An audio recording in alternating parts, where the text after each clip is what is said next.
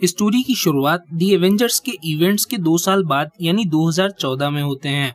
Story की शुरुआत में हमें देखने को मिलता है कि कैप्टन अमेरिका अब अपनी जिंदगी में नया मकसद ढूंढ रहे हैं, क्योंकि वो 70 साल बर्फ में जमे हुए थे। साथ ही उनका यहाँ पर एक नया दोस्त भी है जिसका नाम है सैम विल्सन। सैम विल्सन जो कि पहले मिलिट्री का एक ऑफिसर था और वहाँ पर फैल्कन नाम से फेमस था। यहाँ पर अब कैप्टन अमेरिका शील्ड के लिए काम करते हैं और शील्ड के कहने पर वो अलग अलग मिशन पर जाते हैं। दूसरी तरफ शील्ड जो कि न्यूयॉर्क हमले के बाद अब ज्यादा सतर्क हो चुकी है, प्रोजेक्ट इनसाइड नाम का एक प्रोग्राम चला रही है जिसके जरिए वो 3 बड़े हेलिकैरियर्स को आकाश में छोड़ देंगे और अगर कभी एलियंस का हमला दोबारा होता है तो वो तीनों हेलिकैरियर्स उन एलियन से निपट लेंगे। साथ ही इन हेलिकैरियर्स को एक स्पेशल सैटेलाइट के थ्रू चलाया जाएगा जिसका सीधा कंट्रोल शील्ड के हाथों में होगा। और यहाँ पर इस प्रोग्राम का इंचार्ज शील्ड के सीनियर ऑफिसर और वर्ल्ड सिक्योरिटी काउंसिल के सेक्रेटरी अलेक्जेंडर पियर्स और निक फ्यूरी को बनाया जाता है। लेकिन निक फ्यूरी को इस प्रोग्राम पर शक होता है, इसीलिए वो एक प्लान बनाते हैं और वो जॉर्ज बेट्रॉक नाम के एक एक्स मिलिट्री ऑफिसर को उस जहाज पर भेज देते हैं जिसमें वो सैटेलाइट लाई जा रही है। यहाँ पर बेट्रॉक और उसके साथी उस शिप को हाईजैक करके वहाँ पर कब्जा कर लेते हैं। इन्हें रोकने के लिए शील्ड कैप्टन अमेरिका और ब्लैक विडो के साथ स्ट्राइक नाम की एक टीम को भेजता है जिसके लीडर का नाम रमलो होता है।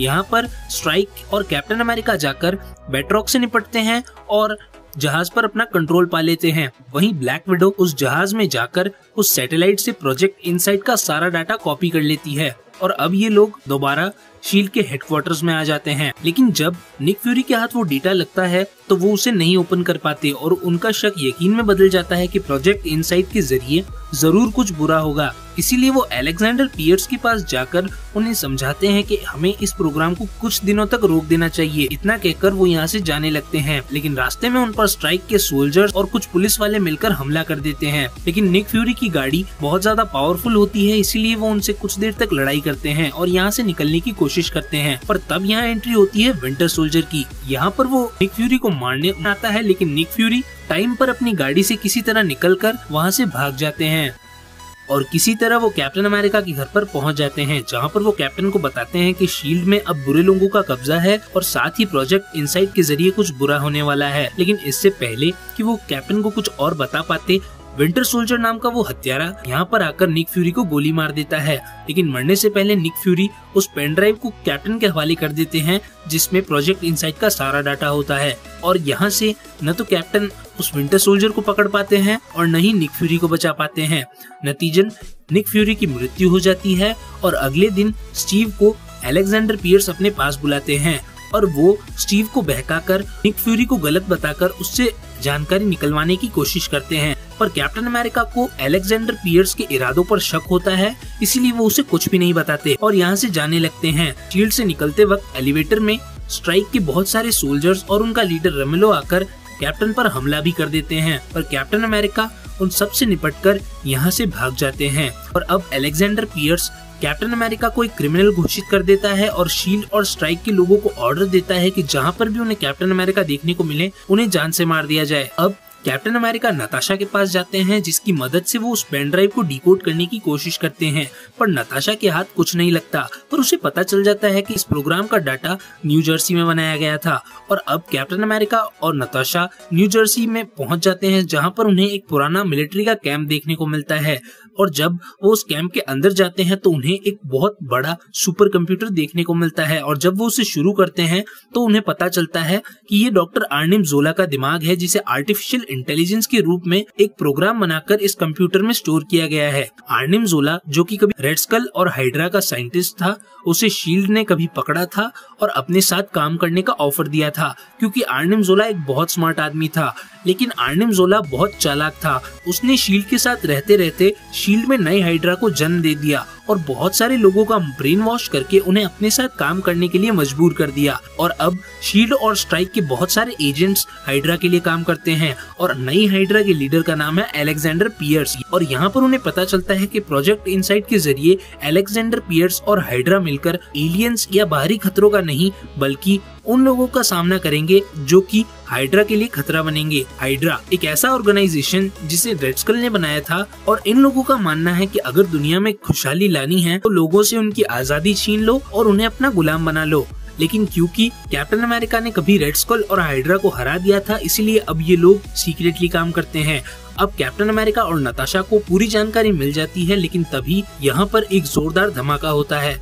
दरअसल शील्ड में अलेक्जेंडर पियर्स को पता चल गया था कि कैप्टन कहाँ है, इसीलिए वो उस कैंप पर एक मिसाइल छोड़ देते हैं। लेकिन कैप्टन अमेरिका और ब्लैक विडो यहाँ से किसी तरह बचकर सैम के पास जाते हैं। सैम कैप्टन का नया दोस्त है जो कि उसकी मदद करता है।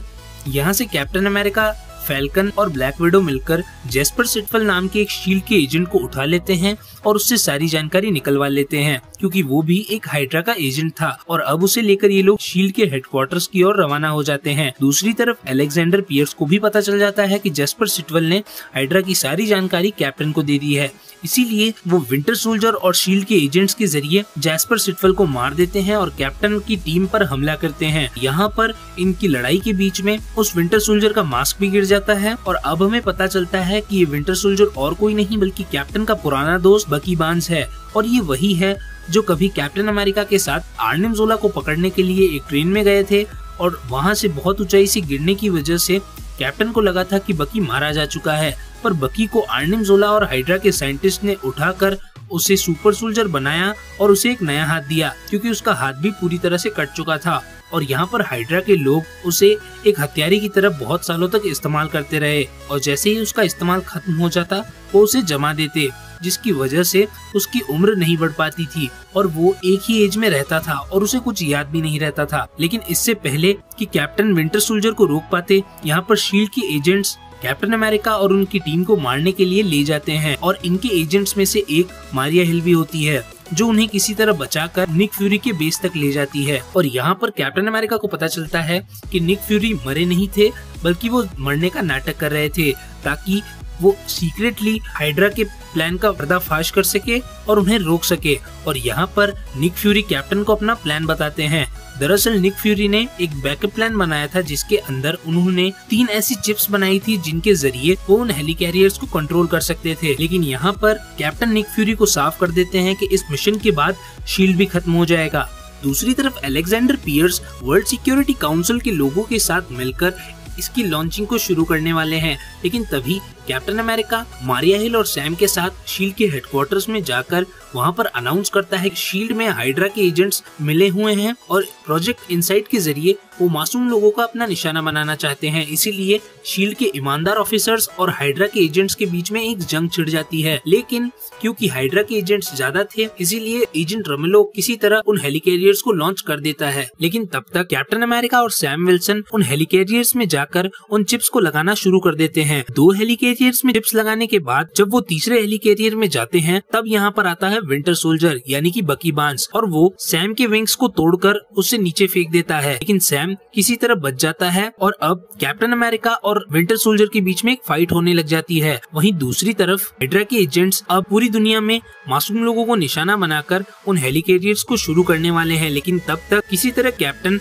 उस आखिरी बची हुई चिप को भी हेलिकैरियर्स में लगा देते हैं, जिससे उन सारे हेलिकैरियर्स का कंट्रोल एजेंट मारिया हिल के हाथों में लग जाता है और वो तीनों हेलिकैरियर्स एक दूसरे को डिस्ट्रॉय कर देते हैं। साथ ही जब वो पानी में गिर रहे होते हैं तो वो शील्ड के हेडक्वार्टर्स को भी बर्बाद कर देते हैं। दूसरी तरफ अलेक्जेंडर पियर्स जो समझ चुका है हाइड्रा की हार निश्चित है, वो अब वर्ल्ड सिक्योरिटी काउंसिल के लोगों को मारने की कोशिश करता है, पर इनमें से एक ब्लैक विडो होती है और वो अलेक्जेंडर पियर्स को रोक देती है और शील्ड और हाइड्रा की सारी जानकारी इंटरनेट पे अपलोड कर देती है। साथ ही यहाँ से अलेक्जेंडर पियर्स भागने की भी कोशिश करता है, पर निक फ्यूरी उसे गोली मार देते हैं और यहाँ से निकलकर वो सैम को भी बचा लेते हैं। लेकिन कैप्टन अमेरिका और बकी की फाइट जारी रहती है, पर कैप्टन अमेरिका बकी पर हमला नहीं करते और बकी को भी एहसास हो जाता है कि कैप्टन अमेरिका उसके अपने हैं। इसीलिए जब हेलिकैरियर पानी में गिरता है तो स्टीव बेहोश हो जाता है और अब बकी उसे बाहर निकालकर उसे वहीं छोड़कर कहीं चला जाता है, क्योंकि उसे अब पुराना कुछ भी याद नहीं है। कैप्टन को होश आता है तो उन्हें पता चलता है कि बकी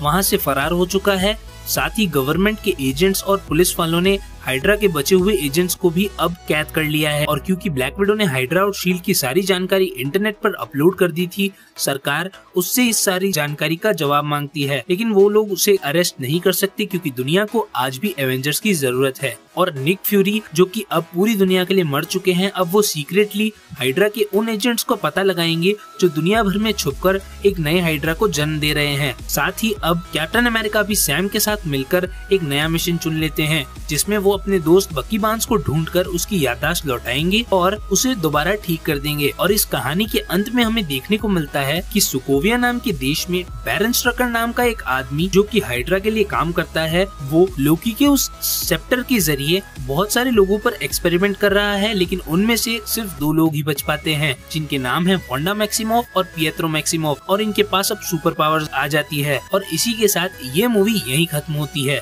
captain America 2 the winter soldier सन 2014 में रिलीज हुई थी। IMDb पर इसकी रेटिंग है 7.7। इस मूवी का बजट था $170 मिलियन और इस मूवी ने कमाई की थी $714 मिलियन की। We hope you like the story, so please subscribe our channel and like this video. Thanks for watching.